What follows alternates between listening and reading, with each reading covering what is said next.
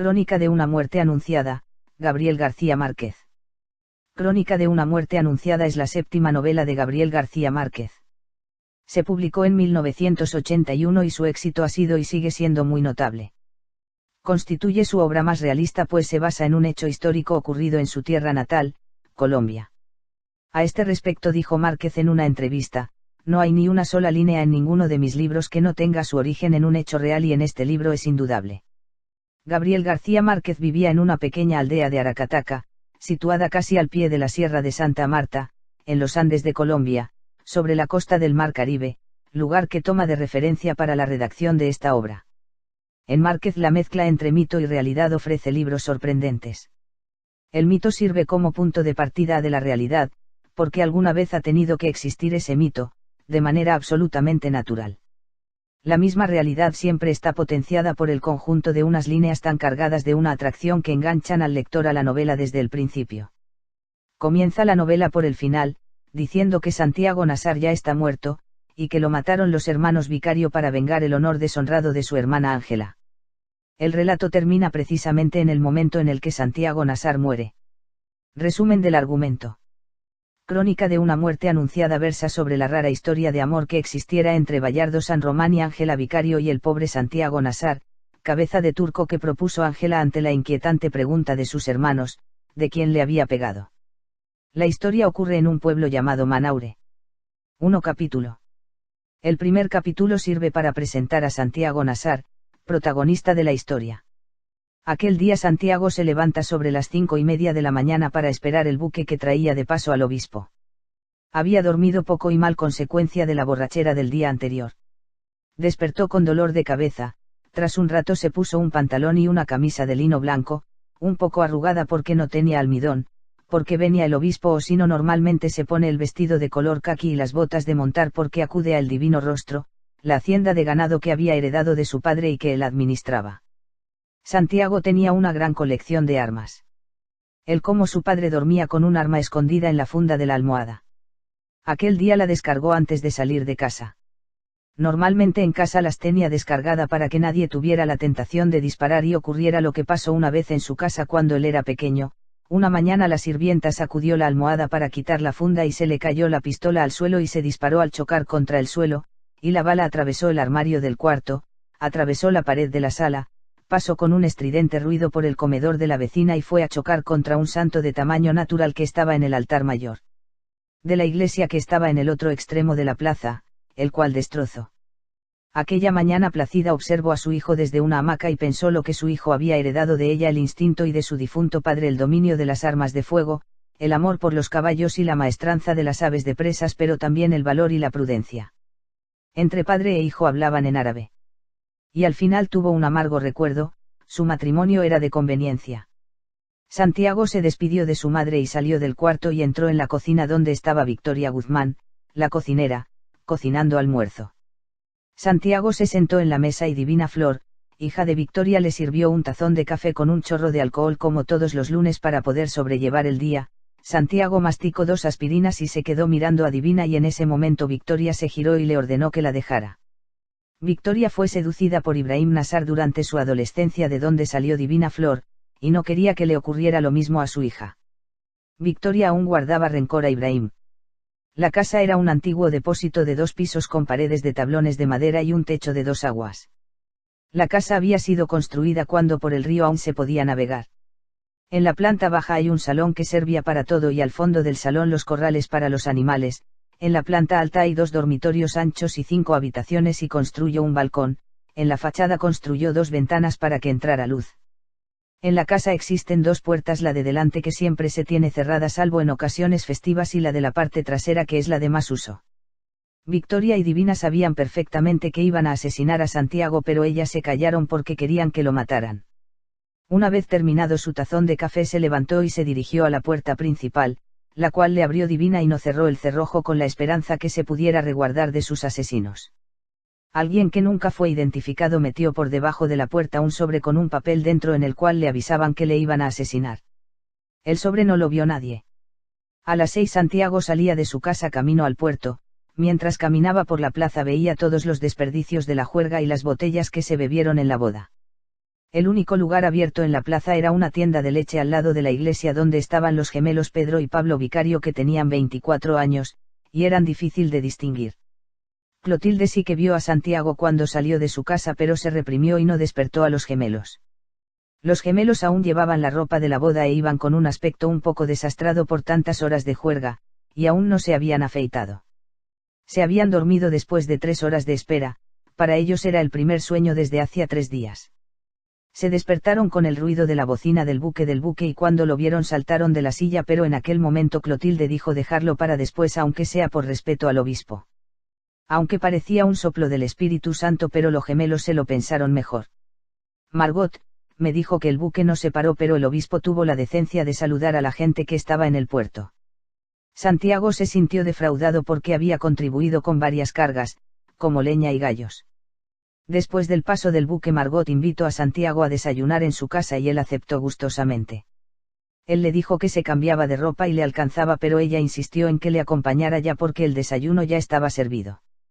Así que Santiago se fue a casa a cambiarse. Nadie se preguntó siquiera si Santiago estaba prevenido, porque a todos les pareció imposible que no lo estuviera. Margot era una de las pocas personas que todavía ignoraban que lo iban a matar. De haberlo sabido lo hubiera agarrado y no lo hubiera soltado. La madre de Margot tampoco lo sabía, era muy extraño ya que era una de las que lo sabía todo.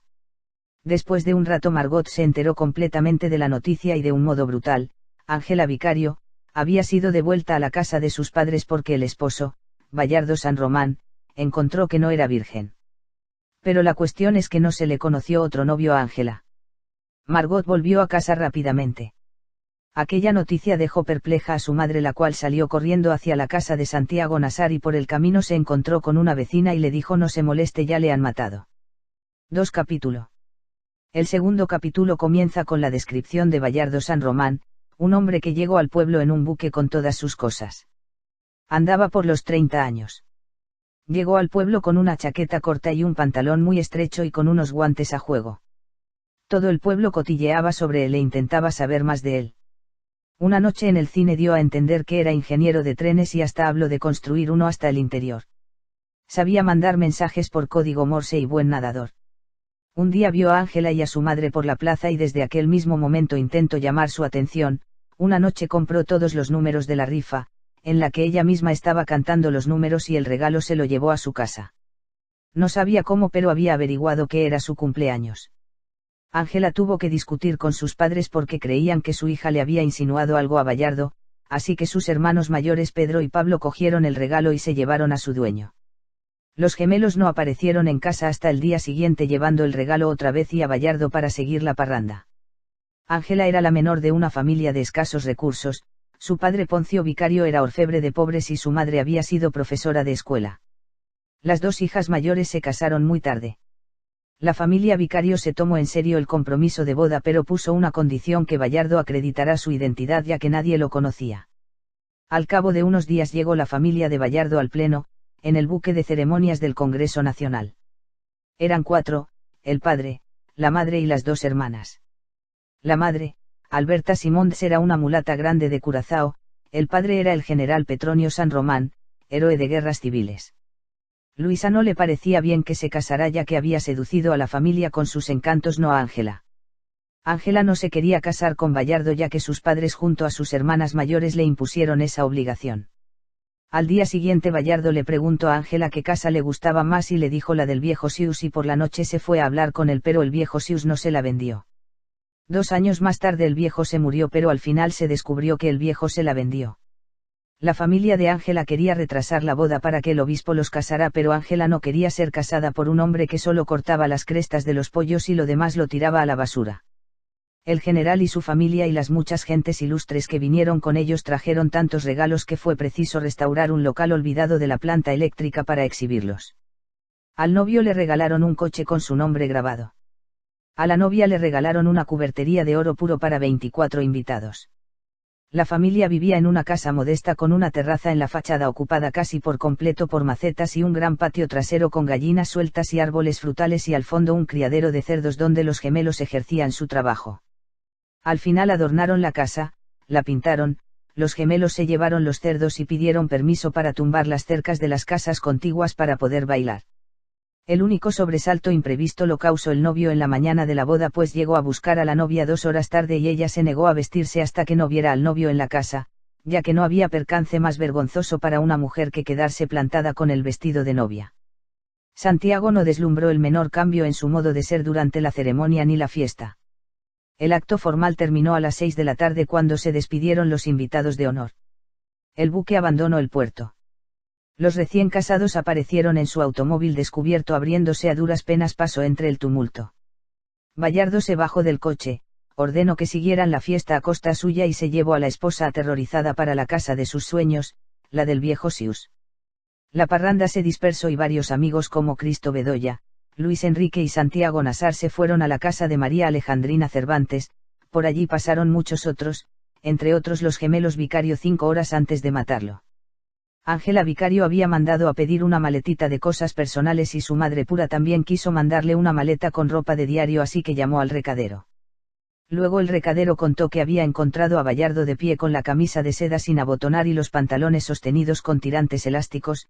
Ángela estaba en la sombra de modo que solo la vio cuando Bayardo la agarró por el brazo y la puso en la luz. Llevaba el traje de raso en piltrafas. Los gemelos volvieron a casa un poco antes de las 3 de la mañana, llamados de urgencia por su madre. Encontraron a Ángela Vicario tumbada boca abajo en un sofá de comedor y con la cara macerada a golpes.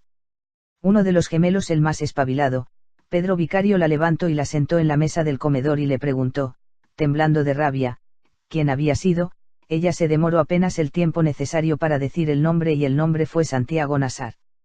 Ella solo recordaba que la sostenía con una mano y me golpeaba con la otra con tanta rabia que llegó a pensar que la iba a matar. Después de leer el segundo capítulo la historia ya va tomando algo de forma, porque después de leer el primer capítulo crees que lo han matado porque se había casado con Ángela pero no la quería. Al final del segundo capítulo ya sabes por qué lo habían matado. 3 capítulo. Al principio del tercer capítulo encontramos una pequeña explicación sobre el abogado y los gemelos. Los gemelos entraron en la casa rural del padre Amador y pusieron los cuchillos en la mesa. Ambos exhaustos por el trabajo bárbaro de la muerte y tenían la ropa y los brazos empapados y la cara embadurnada de sudor y sangre todavía viva. Fueron a que les perdonará, pero el padre les dijo que solo ante Dios, no ante los hombres.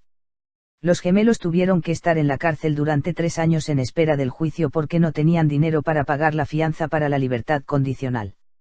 Empezaron a buscarlo por casa de María Alejandrina pero allí no estaba. Luego lo fueron a buscarlo en la casa de Clotilde por donde sabían que iba a pasar porque era el único sitio abierto. Se sentaron a esperarlo. Después de que su hermana les revelara el nombre pasaron por la pocilga y escogieron los 2 mejores cuchillos, uno de descuartizar y otro de limpiar. Los envolvieron en unos trapos y se pusieron en camino al mercado de carnes para afilarlos. Llegaron sobre las horas 3:20, Faustino Santos, un carnicero, los vio entrar. Mientras afilaban los cuchillos, Pablo dijo: vamos a matar a Santiago. Faustino se quedó con la duda que si iban borrachos o normal, así que le contó esto a un agente de policía que un poco más tarde pasó por allí a comprar una libra de hígado para el desayuno del alcalde. Los hermanos Vicario entraron a las horas 4:10 en la tienda de Clotilde donde pidieron 2 botellas de aguardiente.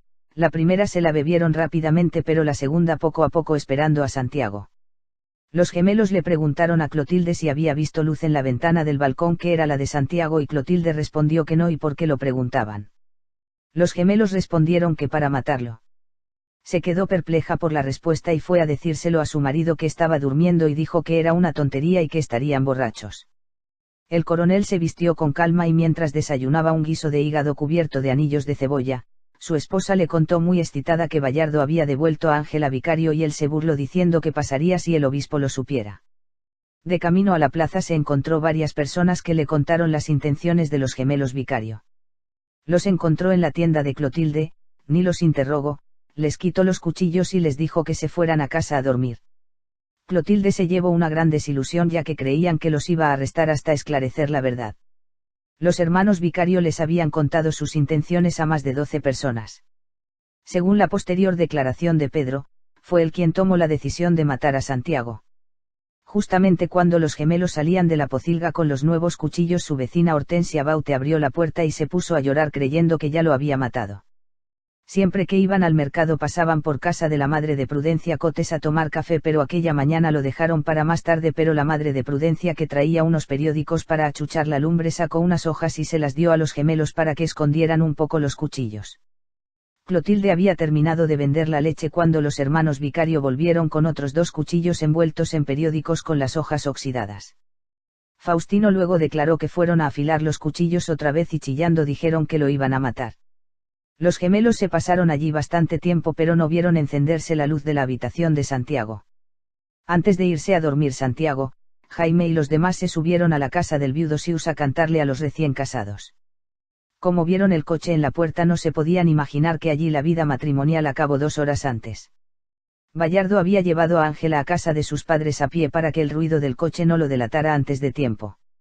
Después de subir a casa del viejo Sius se despidió y junto a Cristo Bedoya se fueron a casa. Al llegar Victoria, la cocinera le dijo que el café iba a estar, pero Santiago le dijo que se iba a dormir y que a las horas 5:30 de la mañana lo despertará y le trajera una muda como la ropa que llevaba. Subió a su habitación sin encender ninguna luz, ya que el foco de la escalera permanecía siempre encendido durante toda la noche. Se tiró encima de la cama con la ropa que llevaba puesta, ya que 1 hora después se tenía que levantar a ver al obispo. El padre Amador se dirigía hacia el puerto. Tenía la intención de avisar a Placida, pero se le olvidó porque tenía que preparar el acto para recibir al obispo, y cuando mataron a Santiago se sintió culpable y desgraciado porque no avisó a su madre antes. 4 capítulo. Este capítulo comienza con el relato de la autopsia que le tuvieron que hacer a Santiago.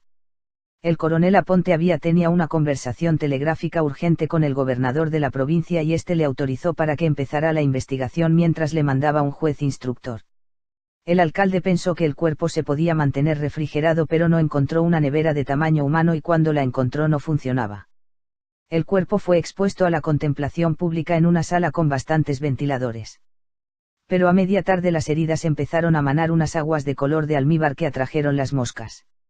El coronel Aponte comprendió entonces que ya no era posible esperar y le ordenó al padre que hiciera la autopsia. El padre Carmen Amador tuvo que hacer autopsia ya que el doctor Dionisio Iguarán. La autopsia se hizo a cabo en el local de la escuela pública con la ayuda del boticario que tomó las notas y un estudiante de medicina de primer año que estaba allí de vacaciones. Se murió por la culpa de 7 heridas mortales. El hígado estaba casi seccionado por 2 perforaciones profundas. Tenía 4 incisiones en el estómago y una de ellas tan profunda que lo atravesó por completo y le destruyó el páncreas. Tenía otras 6 perforaciones menores y múltiples heridas en el intestino delgado. Una que tenía en el dorso le había perforado el riñón derecho. La cavidad abdominal estaba llena de sangre. Tenía además 6 heridas menores en los brazos y en las manos y 2 tajos horizontales, uno en el muslo derecho y otro en los músculos del abdomen. Además en el informe puso que tenía una hipertrofia del hígado que atribuyó a una hepatitis mal curada, es decir que le quedaban muy pocos años. El informe decía que la causa de la muerte fue una hemorragia masiva causada por cualquiera de las 7 heridas mayores. El cuerpo fue devuelto destrozado totalmente. Lo tuvieron que meter en el ataúd y enterrarlo al amanecer porque estaba en muy mal estado. Los hermanos Vicario fueron encerrados en el calabozo donde les proporcionó jabón y un estropajo para quitarse la sangre y el olor.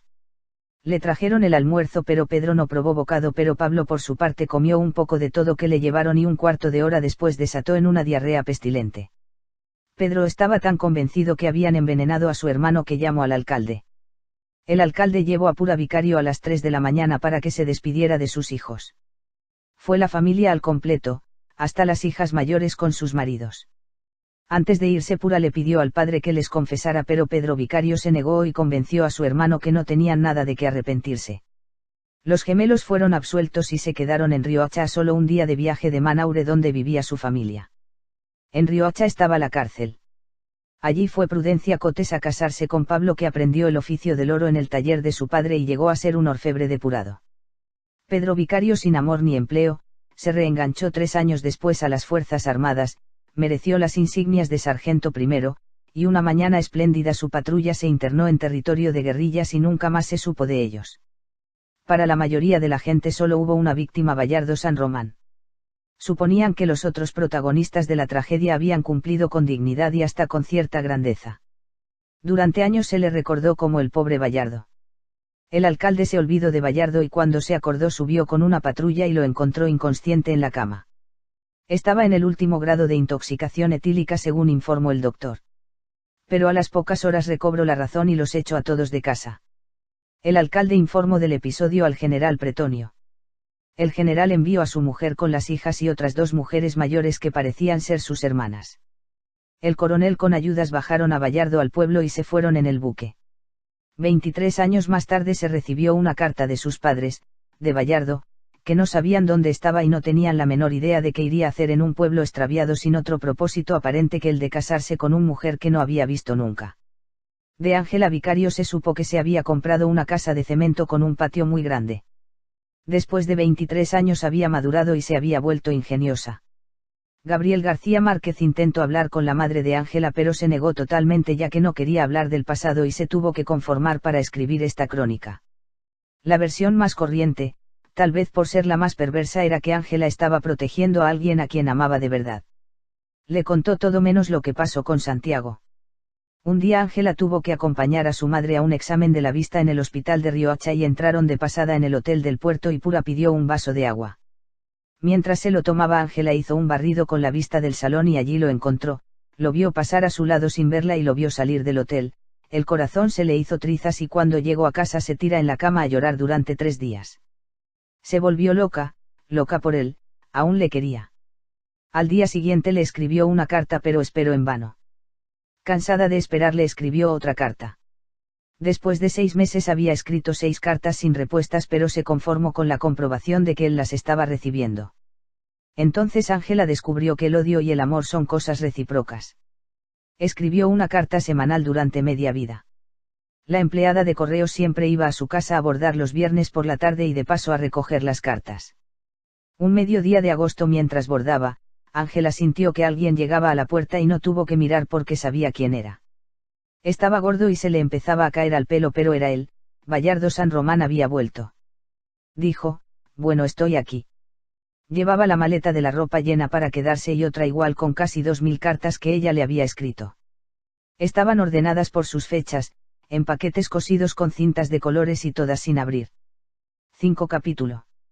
En el capítulo 5 se desvela con detalles de la investigación y la consecución del asesinato. La mayoría de quienes pudieron hacer algo para impedir el crimen y sin embargo no lo hicieron, se consolaron con el pretexto de que los asuntos de honor son sagrados. Flora, la novia de Santiago, se fugó con un teniente de fronteras que la prostituyó entre los caucheros de Bichada. El juez instructor apareció 12 días después del crimen. Tuvo que pedir refuerzos por la muchedumbre que se precipitaba a declarar sin ser llamada. 20 años después se buscó pero no se encontró el nombre del juez instructor del caso. Lo bueno de esta historia es que no se encontraron ninguna prueba de que Santiago hubiera sido el agresor. Las amigas de Ángela Vicario declararon que les había hecho cómplices de ese secreto desde antes de la boda pero no les había revelado ningún nombre. El juicio solo llegó a durar 3 días. A todos no le caía bien Santiago. Apolo Carrillo, el dueño de la planta eléctrica, pensaba que su serenidad no era inocencia sino cinismo. La gente se dispersaba hacia la plaza, en el centro había 2 personas, Santiago y Cristo Bedoya pero nadie los avisaron. Yamil Sayum, un árabe, amigo del padre de Santiago, le iba a advertir pero pensaba que si el rumor era infundado le iba a causar una alarma inútil. Cristo después de medio escuchar a Yamil salió en busca de Santiago pero no lo encontró. Fue en busca de él, pasó por su casa y su dormitorio y allí no estaba y aprovechó para coger un arma de la habitación de Santiago pero se dio cuenta que después del asesinato que estaba descargada. Siguió su busca pero los gemelos, le llamaron desde la tienda de leche y los gemelos le dijeron que le dijera a Santiago que le estaban esperando para matarle. Por detrás de los gemelos apareció Clotilde y le dijo que se diera prisa porque en este pueblo de maricas solo un hombre como tú podías impedir la tragedia. La gente regresaba del puerto y tomaba sus posiciones en la plaza. En la puerta del club social se encontró con el coronel Aponte y le dijo que los gemelos lo querían matar y tenían nuevos cuchillos. Entonces el coronel prometió ocuparse del tema pero entró un momento al club a confirmar una partida de dominó de esa misma noche y mientras estaba dentro ocurrió el asesinato. Cristo Bedoya creía que estaba en su casa desayunando con su hermana y se fue a su casa. A medio camino escuchó gritos remotos y le pareció que están reventando cohetes por el rumbo de la plaza. Trató de correr pero cuando llegó le preguntó a su madre y le contestó, dicen que lo han matado pero Santiago se había metido en la casa de su novia donde su padre le dijo la verdad, que lo buscaban para matarlo, así que se fue. La gente se había colocado en la plaza como en los días de desfile. Toda la gente le estaba chillando. Así que entró en la casa de su novia nuevamente buscando la escopeta de caza, pero no la encontró. Salió nuevamente a la plaza y echó a correr hacia su casa, pero su madre cerró la puerta principal creyendo que su hijo ya estaba dentro. Santiago llegó a golpear varias veces con los puños la puerta, pero los gemelos ya habían llegado. Él se giró y se los encontró allí mismo y empezaron a acuchillarle y no pararon hasta verlo caer en el suelo. Después de buscarlo a gritos por los dormitorios, oyendo sin saber de dónde eran los gritos que no eran los suyos, Plácida se asomó a la ventana de la plaza y vio a los gemelos que corrían hacia la iglesia y detrás a Yamil con una escopeta de caza. Creyendo que ya había pasado el peligro, salió al balcón del dormitorio y vio a Santiago frente a la puerta boca abajo, tratándose de levantar de su propia sangre. Se incorporó de medio lado y se echó a andar en un estado de alucinación, sosteniendo con las manos las vísceras colgantes. Caminó más de 100 metros para darle la vuelta a la casa y entrar por la puerta de la cocina. Atravesó el jardín de los vecinos encontrándose con Gwenefrida Márquez y ella le preguntó qué le pasaba y él le respondió que lo habían matado. Tropezó en el último escalón, pero se incorporó de inmediato y hasta tuvo el cuidado de sacudir con la mano la tierra que le quedó en las tripas, dijo Gwenefrida después. Después entró en su casa por la puerta trasera, que estaba abierta desde las 6 y se derrumbó de bruces en la cocina.